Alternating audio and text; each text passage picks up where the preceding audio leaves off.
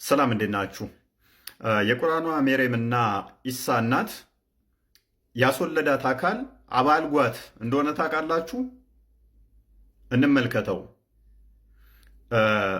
ሱራ አል ኢምራን አያ 47 ላይ ሊያበስራት የመጣውን አካል ጌታ ሆይ ብላ ጠርተዋለች እና ወንድ ልጅ ትወልጃለሽ ብሎ ሲነግራት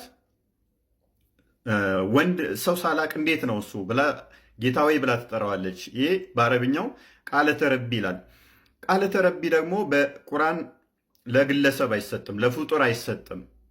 ይህ አካል ተዛ ሱራ አል-አንቢያ አያ 91 ላይ እንዲህ ብሎ ይነግራታል። ያችንም ብልቷን የጠበቀችውን በእርሷ ውስጥ ከመንፈሳችን የነፋንባትን እርሷንም ልጇንም ለዓለማት ታምር ያደረግናት ይላል። ብልቷን የጠበቀችውን ከመንፈሳችን ነፋንባት ይላል። ያ ጌታዬ የተባለው አካል ነው እንግዲህ መጥቶ ብልቷን የጠበቀች ውስጥ ምኑን የነፋው? መንፈሱን የነፋባት። ልብ በሉ፣ መንፈሱን ነፋባት ማለት ነው። ታዲያ ተፍሲር አልቁርጡቢ በዚህ ጉዳይ ላይ ምን ይላል? እንዴት ነው የነፋባት? እንዴት አድርጎ ነው የነፋባት ብለን ስንጠይቅ እንዲህ ይላል። ኢብን አባስ said Jibril took the edge of her garment by his finger and breathed into it and she became pregnant almost that moment with Jesus. ቁርጡቢ ጂሰስ እና ጅብሪል የሚሉ ቃላቶችን ተጠቅመዋል ሲፈስረው ማለት ነው። ነገር ግን እንዴት ነው እሱ የነፋባት አለ? በጣቱ ቀሚሷን ገለበውና ነፋባት። ከዛ ወዲያ ኢሳን አረገዘች ይለናል። እንዴት? ቀሚሷን ገልቦ በጣቱ ነፋባት ይለናል። አዘር ሴድ ሌሎችም እንዲህ ይላሉ አለ ጅብሪል ብሪዝ ኢንቱ ሄር ውምብ ኦር ዩትረስ ኤንድ ሺ ቢካም ፕሪግናንት አስ ሪዛልት ኦፍ ዛት። ብልቷ ውስጥ ነው የነፋባት ሚሉም አሉ ብሎ አስቀመጠው። ደግሞ ምኗ ውስጥ? ብልቷ ውስጥ ነው የነፋባት፣ ተዛም አረገዘች ይለናል።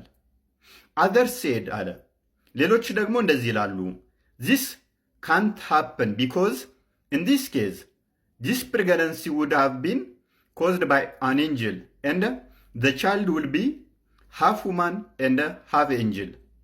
ይሄ ሊሆን አይችልም ብለው ሚሉ አሉ። ምክንያቱም ማህፀኗ ውስጥ ጅብሪል መጥቶ ከነፋባት ግማሽ ሰው ግማሽ መልአክ ነው የሚሆነው የሚወለደው ልጅ ብለው የሚከራከሩ አሉ ማለት ነው። however the reason she became pregnant is because when Allah created Adam he or Allah stored the male sperm water in the back of man and the female sperm water was stored into female womb ይልና አላህ አደምን የፈጠረበትን ሁኔታ ማለት ነው። የወንድ ስፐርም ጀርባ ላይ እንደሚቀመጥ የሴቶች ስፐርም ደግሞ ማህፀናቸው ውስጥ እንደሚቀመጥ። እዚህ ጋም አባይዘ ቁርአን ከፍተኛ ግጭት ከሚፈጥረው አንዱ ሴት ልጅ ስፐርም አላት ወይንም ደግሞ በስፐርም ነው የምትወልደው ብሎ ነው የሚያምነው። እንደገና ደግሞ የወንድ ልጅ ስፐርም የጀርባ አጥንት ውስጥ ይገኛል ብሎ ነው የሚያምነው። ይሄ ከሳይንስ ጋር በጣም የሚላተምበት ነው። ከዛ ምን ይላል? when both sperm waters unite then child is created in the womb and the pregnancy will take effect ይላል። ከዛው ጀርባ ላይ የሚገኘው የወንዱ ስፐርም እና የሴቷ ደግሞ ማህፀኗ ውስጥ የሚገኘው ስፐርም ሁለቱ ሲቀየጡ ነው እርግዝና የሚፈጠረው ይላል። ሴት ልጅ እንቁላል ነች እንጂ የምታመርተው በስፐርም ምክንያት ከስፐርም ጋር ተቀይጦ አይደለም ልጅ የሚወለደው እና እንደዛ ነው አለ። however አለ in the case of Mary በሜሪው ጉዳይ ላይ ግን አለ Allah stored both male and female sperm in her some in her womb and some in her back። በሜሪም ጉዳይ ወይንም በሜሪም ጉዳይ ላይ ግን አለ የተወሰነውን ስፐርም ጀርባዋ ላይ ያስቀመጠ፣ ሁለቱንም ስፐርም በሷ ውስጥ ይገኛል አለና ግማሹን ጀርባዋ ላይ ግማሹን ደግሞ ማህፀኗ ውስጥ አስቀመጠው አለ።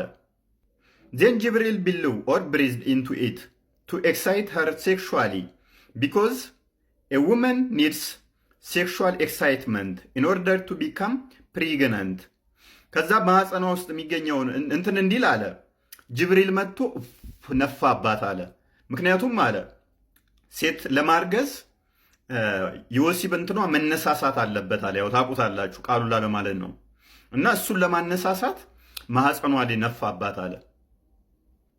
When Mary became excited sexually because of Jibril's act of breathing into her, then both sperm waters were mixed into her womb and she became pregnant ይላል። ጅብሪል ልክ ሲነፋባት አለ ሜሪም ስሜቷ ተነሳሳ፣ ወይንም ቅንዝርና ላይ በምትልበት ሰዓት አለ በጀርባ አጥንቷ ውስጥ የሚገኘው ስፐርም ተለቀቀና ማህፀኗ ካለው ጋር ተገናኘ። ከዛም አረገዘች ይላችኋል። ቁርጡቢ ማለት ነው። እንደዚህ ብሎ ፈስሮላችኋል አልቁርጡቢ። በሌላ በኩል አሁንም እንደገና ምን ብሎ የፈሰረዋል ቁርጡቢ?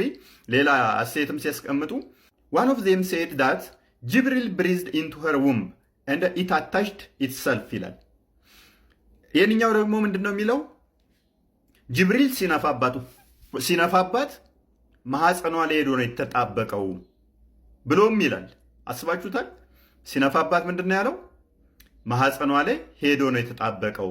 በሌላ በኩል እንዲህ ይላል አላህ ጊቭ ሜሪም ቦዝ ፍሉድስ ሰም ኢን ሄር ወምብ ኤንድ ሰም ኢን ሄር ስፓይን። ሁለቱንም ስፐርሞች አላህ ሰጥቷታል። ግማሹን ጀርባ አጥንቷ ውስጥ የሚቀመጥ ግማሹን ደግሞ ማህፀኗ ውስጥ። ጅብሪል ብሪዝድ ኢንቱ ሄር ቱ ስቲሙሌት ሄር ዲሳይር ቢኮዝ አስ ሎንግ አስ ኤ ውመን ዳዝ ኖት ሃቭ ሄር ዲሳይር ኢግኒትድ ሺ ዳዝ ኖት ቢካም ፕሬግናንት። ሚያነሳሳት እንትን ሚላት ኃይል ስለሌለ ወይንም ደግሞ ዋርማፕ እንደማድረግ ነገር የሚያደርጋት ስለሌለ ጅብሪል እንዲነፋባት ወይንም ነፋባት የወሲብ ስሜቷን ለማነሳሳት ይለናል። ስለዚህ ይህንን እንዴት ነው የምታዩት? when that happened by Jibril's breeze, the fluid in her spine descended into her womb. The two fluid mixed and the fetus was attached. ከዛ ከጀርባ አጥንቷ ላይ የሚገኘው ስፐርም ወረደና ማህፀኗ ውስጥ ተደባለቀ። ያን ጊዜ ተረገዘ ይለናል ተፍሲር አልቁርጡቢ ማለት ነው።